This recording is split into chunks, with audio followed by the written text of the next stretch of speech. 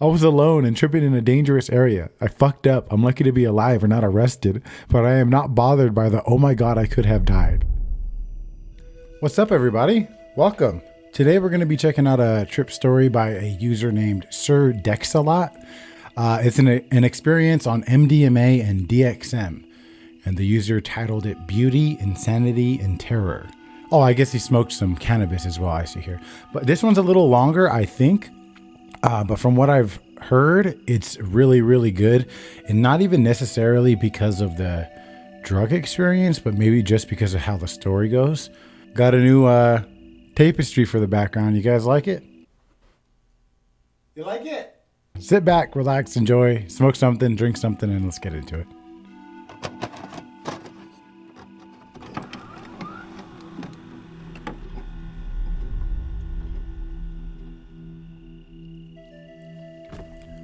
I was preparing to go to my second San Francisco rave. I planned on rolling. I had taken my last vitamin preload, 2 grams of C, 2000 IU of E, 2 B complex pills. I had rolled 8 times prior to this. This was my second week in San Francisco, and pills here are half the price of those in New York, so I figured it would be a nice time to try 2. I should note that I haven't done it in a while, but by have no means decided to stop, a weekly DXM user, and this amount presented no psychological effects whatsoever to me. To be safe, 200 milligrams was actually the first amount of DXM I ever took, and even then I felt no effects, as my threshold is around 260 milligrams. The amount of DXM I took did not cause a noticeable change in temperature or mood, and I do notice feelings of feeling much better the next morning if I take a low dose of DXM before rolling. I could kind of see that. I got to the party at 10:30 p.m. It started at 10. There were a surprising number of people so early. I wandered around through the different rooms, settling on the trance room. At around 11, it began getting more crowded and I purchased 2 pills. Blue Walking Men. I took the first one immediately. Around 45 minutes later, I began my I'm not feeling anything, these were fake fuck ritual that I go through every time. Knowing well that I never began to feel the effects until around 70 to 80 minutes in. At 12, I dropped the second pill. 15 minutes later, sure enough, I begin to feel the first pill. It begins with the nausea, then the instant feeling like a huge weight has been lifted off my body. I feel incredibly light and motion is completely effortless. Oof. It's a beautiful way of putting it. I purchased water and begin drinking. I will drink around 4 bottles of water throughout the night. I'm a very shy person, but I get thinking, come on, you're rolling, stop being shy, as I normally do. I walk into the chill room and stand by the fan and I'm greeted by a cute black girl. I'm just reading somebody wrote. We introduced and I saw she had a freezer pop in her mouth. I asked where she got it and she told me the jungle room and asked me to bring her another one if I was going to get one. I did and came back. We talked a bit more. She told me a bit about San Francisco parties. Then I left to go do some more dancing. At around 1, the second pill hit me fully. Oh my God, I rolled 8 times before this, but never have I felt this way. I realized that all this time, I had been feeling these subtle things that people talk about are so wonderful about E. For example, I would notice things felt different and liked how they felt different. They didn't directly feel good though. Now though, anything I touched sent a wave of joy through my body. Movement wasn't just easy and effortless, it felt utterly wonderful. I saw across the room that some other girl must have just come up on a pill. She went from slowly half dancing to beautiful movement and perfect synchronicity with the music. Her face went from expressionless to ecstatic. We must have been looking at each other come up because we exchanged a smile that held for at least 10 seconds and then returned to dancing. I returned to the other girl who was still sitting by the fan. We will call her A. I must have had a huge grin on my face because she laughed when she saw me. I sat next to her, right by the fan. She was with this other guy and I didn't know what their status was, so I was just talking to her, not hitting on her at all. But while talking, she put her arm around my neck and began massaging my back. Again, on my previous rolls, I had felt, oh, I'm rolling, this should feel good, and so it did. This time, each rub produced the sensation of an orgasm throughout my entire body. Yeah, that's what ecstasy is. So, people, I get exactly what he's talking about because there is a difference between like, I'm rolling, I feel good, I'm excited, happy, and fucking your eyes are fluttering and you legitimately feel like you're coming all over your entire body. Like that's ecstasy. Just as I was wondering what the guy she was with thought of this, he began massaging the guy standing next to him, at which point I realized I was indeed fine. I like this guy, but I like almost don't trust him, and I wonder when this story was written. We'll see. Also, unlike after only a single pill where I had to somewhat push myself to not be shy, I was eager to talk to people. I was comfortable and proud of myself, and saw no reason not to share my happiness with those nearby who seemed to be interested in meeting people. A and I then got up and moved to a room with music. We exchanged positions and I massaged her. She turned around and kissed me. We kissed for several minutes and it felt wonderful. Unfortunately, she had to leave early. I wasn't sure if I said something that turned her off or she actually had to leave and I didn't want to make her feel uncomfortable, so stupid me didn't ask for her number. Taking the pessimistic, careful choice. But fear not, 5 minutes later, I saw the guy she was with who informed me, hey, A wanted you to call her, here is her number. This was around 3. I went back to the chill room and met some new people. After a few minutes, one of them mentioned, why is it so hard to find a pipe? No one has one. They had been looking for a pipe to smoke weed from. I had one and offered it. Obviously, this established me as a member of the circle. I took 4 hits total of this medical cannabis and decided that was enough for me. I had never smoked while on MDMA before, so I was not sure what to expect. I suspected I would continue to roll, just perhaps be slightly mellower. It seemed like it was going this way, but slowly and surely the roll went away. I was no longer social or had any desire to talk to anyone. My mind was racing. I felt at this time almost exactly as I did on LSD. I had no desire to move or speak. I sat in the corner while my mind raced. I cannot emphasize this enough. I was no longer rolling at all. I was full-blown tripping. I should also note at this point, I became separated from the group I was with. The party was scheduled to end at 6. At around 5, I overheard the word cops. I was terrified. Cops? Now? What will I do? I can't get home like this. I asked someone running the party and they told me not to worry, but sure enough, at 5:30, the music stopped dead and the lights turned on. I was going to have to leave. The crew asked if some people could help and clean up. I realized this is it. If I can just stay here for another hour and straighten out, I will be fine. Then I had this image of the police coming in and busting the people cleaning up, claiming they are responsible for the party. While I realize now this thought was completely irrational, the fear of it overwhelmed me and I decided to leave. I was alone and I needed to get home. I knew absolutely nothing about this neighborhood. I had been to a party at the same venue the previous weekend and left around 4:30, still dark, and it seemed safe. But for some reason this time at 5:30 I walked out and it seemed terrifying. I walked across the street to the bus stop and checked my watch. 5:35. The next bus was scheduled to arrive at 5:37. 2 minutes, just 2 minutes and I'm safe. Please, please don't let anything happen to me. It happened. I saw 2 prostitutes. I saw nothing of this sort my previous time here, walking in one direction and another opposite. 2 looked like transvestite men. I had a feeling this is going to get wild. I just want to say from here on, I'm just reading what the words, all right? After they crossed, they were on opposite sides of me. They turned, looked at each other, and then at me. Oh shit, get out of there. Stop standing around like a sitting duck. I came to realize I was also the only white person within a 5-block radius. I bolted out perpendicularly to them and ran through the street. A police car was coming to the intersection. I signaled him and told him, "Officer, is this a safe area? I don't know how I wound up here, but I don't feel safe. I need to get to some place safe." He said, "Where are you trying to go?" I said, "The Caltrain." He said, "Okay, but I can't stop here. Meet me at the corner." So I walked on towards the corner and 2 more police cars followed behind. I was carrying my pipe and an 1/8 of weed and began to think, oh shit, he definitely knew I was fucked up. He's going to search me and I'm going to get caught.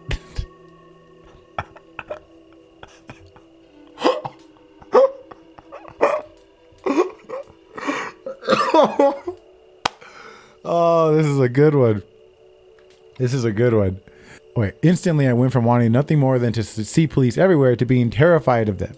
A taxi pulls up behind the trio of cars. I look at the police officer who was looking at me, turn around and sprint into the cab. I tell him, "Caltrain, please," and he starts off. I didn't see what happened to the police cars after that. After a couple blocks, he begins driving very slowly. I asked why, and he said, I'm waiting for some friends. What friends? I said. Please, just take me to the Caltrain. I'm waiting for my friends. After this, 3 people enter the car. Again, 3 prostitutes, two of whom appear to be transvestites. The one who sits next to me says, don't worry, you're safe. Calm down. It's okay. It's okay. Oh my God. I was terrified. I opened the back door and ran out across the street. The taxi just stood there, the driver looking puzzled. I ran across the street, again realizing I am the only white person in view.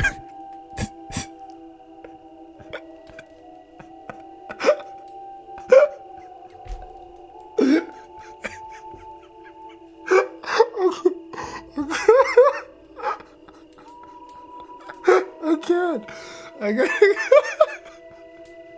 Alright. I'm sorry. Oh, fuck. This is hilarious. Oh, my God. Okay. I'm crying. A man calls to me, hey, are you okay? He is black, wearing a jean jacket and jeans. The clothes are dirty. He looks a bit older than the other people I saw, probably in his 40s. We will call him C. Yeah, but I don't know where I am. Where are you trying to get to? The Caltrain? Oh, the Caltrain. Are you kidding me? You almost got yourself killed. Come with me. I stared deep into his eyes. What are his intentions? Is he genuinely nice and going to help me get out of this ordeal? Or is he tricking me, trying to lure me deeper into this world so I have no hope of escape? Something convinces me of his trust, a sparkle of honesty in his eye. He begins questioning me. How did you end up here? I don't know. He is very observant. There is a faint spot of pink on my hand, facing opposite from him. The remnant of the admission stamp for the party. He sees it and says, you must have gone out clubbing last night. Where are you from anyway? I'm from NYC. This is my second week in San Francisco.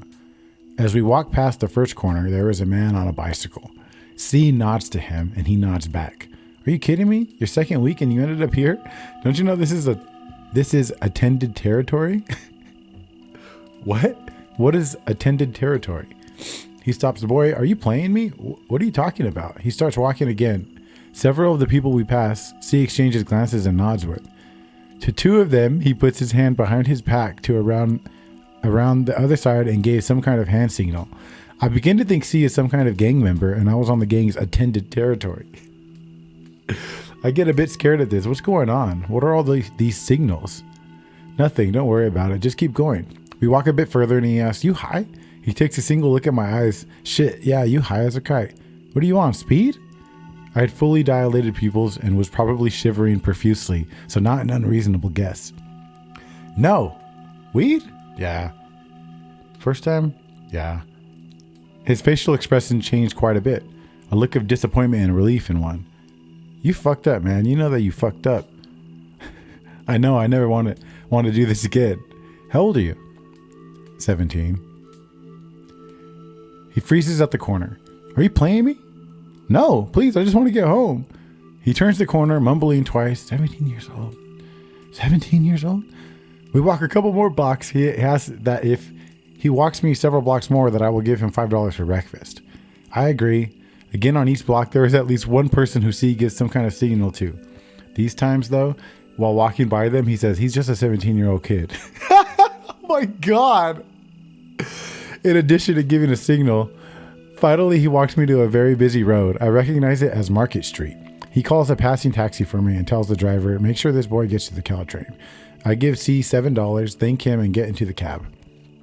There were no unexpected guests this time, just a simple ride to the Caltrain, after which I went home and began writing this story. I just already just got a whole rush of relief just from fucking this kid being home already. Oh. The cab ride was about 10 minutes long and I got to the station at 5:59. The initial flee from the bus station occurred at 5:35. Thus, this entire ordeal must have taken a total of 15 minutes. There's no way all of this happened in 15 minutes, and this story is completely crazy, so some of this must have happened in my head. I am pretty sure C is real, simply because I don't think I was at the point where I could come up with a person in my head and have a conversation with them like they were there. There were a lot of police in the area after the party got busted. C was very observant to things, remembered everything I said, and something didn't quite seem right about him. His attitude was not that of an old poor man living in a shitty area. I also know that the cop I told I needed to get to a safe place was real. When I told him this, I was completely freaking out, shivering, and probably looked terrified like someone was about to kill me. I cannot imagine this officer just ignoring me after I didn't follow him. Thus, whatever happened in those 15 minutes must have involved police somehow. So maybe it's like, see, they were all undercover police officers. This is crazy. This has almost nothing to do with drugs. I guess it could. I don't know. Let's see. This begs the question, was he actually a gang member? Or was he an undercover police officer? His keen observations were an acquired trait I have seen only among officers. Perhaps they thought I was in some kind of danger and could not talk to a police car, and so sent this person instead. Then who were the other people C gave these signals to? I know this sounds crazy and paranoid as fuck, but I am pretty sure these signals were real. At the very least, the whole he's just a 17-year-old kid was definitely real. Members of a gang C was undercover in? Other undercover cops? What about the taxi? Were those prostitutes undercover cops who ran to my attention and it was really in fact okay and safe? Was the whole taxi party even real? The prostitutes at the bus station? Were they going to attack me? Were they really there? I was alone and tripping in a dangerous area. I fucked up. I'm lucky to be alive or not arrested, but I am not bothered by the oh my god I could have died. It seems rather futile to hover over an issue now that it is over and I am well. Rather, I am extremely bothered by the fact that I have no idea what happened to me in those 15 minutes. I can't really find a way to express my feelings, but the idea that I don't know what happened to me, what parts of my memories were real and which were not, is terrifying to me. I had experienced weed increasing confusion on DXM trips and weed increasing trippiness of mushroom trips, but in both these cases, it was just an increase in effects. With MDMA, it was completely different. It was more like weed plus MDMA equals LSD. I felt neither stoned nor rolling, but rather remarkably similar to how I did when I took LSD. Holy shit. Dude, that was not even like a trip story. That was just an amazing short story where this guy was on drugs. I don't know what to take from that. Okay, I was trying to find lessons learned, right, in stories. And one, first off, that was fucking super fun to read. I didn't even realize it was already been 23 minutes. That was so quick. Wow, amazing. Great fucking story. That was one of my favorite ones, like the most fun. Lessons to be learned. I think that you definitely want to know how to get out of a situation. If you're going to be doing drugs like that, you obviously need to know where the train is. You need to be able to... You got to be with someone you know. There's multiple different things he did wrong as far as setting goes. I think that's obvious. And I think that in the beauty of today is that as long as you can keep your phone on you, you can almost at all times just use your Uber app and they will come straight to you and take you, to the preset destination in your phone and take... I don't know. That's fucking crazy. What do you guys think? That was a wild ass story, man. That was so much fun. If I had to guess, I would say that he was just fucked up and there probably were some shady ass people around there. The hand signals were probably just like somebody like, what the fuck? Who is that? And he's just like, hey, stop. Let me just figure this. He's like, leave me alone. And then him saying he's just a 17-year-old kid meant like he probably didn't want to hurt this kid and he was just like, fuck it. No. But who knows? I lean more towards that they weren't undercover cops because I don't know if they'd have actual cop somewhere near where there's undercover cops. Why would a cop be patrolling the same area where they're running a sting operation with prostitutes? You know what I'm saying? I don't think that makes sense. Wow, what a story, man. I really liked what he was talking about. It's actually a really good description of how MDMA is, and how the experience of cannabis and MDMA mixed together can feel a certain type of way, especially if you don't smoke weed. People underestimate the power of cannabis if you don't smoke. You know what I mean? I mean, a completely sober person can hit a joint a few times, and if they're like built a certain way, they could have a psychedelic trip. Love you guys so much. Have a great rest of your day. Please give the video a thumbs up if you enjoyed it. Subscribe for more trip stories, and I will see you guys next time. Peace.